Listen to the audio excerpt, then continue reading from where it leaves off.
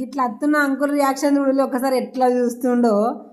పొద్దుగాల పూట నా టిఫిన్ చూస్తుంటాను అలా ఏం తింటున్నామో ఇక కొబ్బరి బొండాల దగ్గరికి వచ్చేసి మంచిగా ఇట్లా కొబ్బరి బొండా తాగేసినాం, మంచిగా కొబ్బరి తింటున్నాం.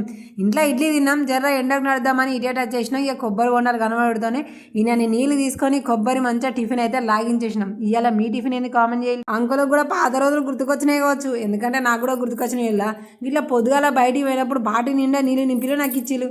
ఇప్పటికే సెల్లు పట్టుకొని చేతులు వస్తున్నాయిరా దేవుడా అనేసి ఆలోచించి నెత్తి మీద పెట్టిన. గిదేమన్నా కొత్త నానులా ఇంతకు ముందుకైతే బిందె మీద బిందె పెట్టుకొని మరీ నడిచేది. కడవ మీద కడవ పెట్టానే పాట ఉట్టికనే వచ్చిందా? మన లాంటి వాళ్ళని చూసే కదా ఇక అదే గుర్తుకొచ్చింది. మరి గిన్నెండు అవుతుంది కదా, ఏమో ఇక నెత్తి మీద బాటిల్ ఆగకపోయినా అని అయితే అట్లా సంబరంగా నడుచుకుంటూ పోయేటప్పుడు నడిచినామన్న ఫీల్ కూడా తెలియదు కదా. గందుకోసమే చూడు నా నెత్తి మీద అయితే నేను ఏం అతుకు పెట్టుకోలేదు, దాని నిండా నీళ్ళే ఉన్నాయి.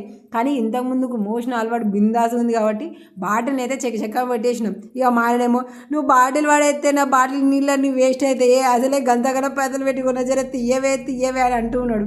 ఊకో అయ్యా, బిందె మీద బిందె పెట్టుకొని 4-5 కిలోమీటర్ల దూరం నుంచి ఇంటికి నీళ్ళు తెచ్చిన వాళ్ళము ఈ చిన్న బాటిల్ లెక్కలేదా, నా చేతిలో కాపాడనీకి నా చేతిలో ఏమన్నా పోయినాయా అని మా ఆయనతో ఛాలెంజ్ చేసిన. ఈ నుంచి ఇంటి దాకా నేను అస్సలు తీయనని. ఇక గట్టనే నేనైతే నడుచుకుంటానైతే వచ్చేసినాము. ఇక మధ్యలో మా ఆయన చూస్తుండు, ఇది పడేసేనా ఉండేనా అని. కానీ అలవాటు నెలకైతే ఏం లేదు. ఇలా ఏందనంటే మనకున్న ఒక తలకాయ నొప్పి ఉంటుంది కదా, గట్లాంటిది పోవాలంటే ఇట్లా ఎంటర్టైన్మెంట్ మనమే చేసుకోవాలి. మన ఇంటికి వచ్చి ఒక లేస్తారా ఏంది కాదు కదా. అందుకోసమనే ఫన్ విత్ ఎంటర్టైన్మెంట్ అనమాట. మీరు ఎప్పుడైనా పోయేటప్పుడు ఇట్లా ఏమైనా ట్రై చేసిండ్రా? కామెంట్ చేసి చెప్పులు ఒకసారి.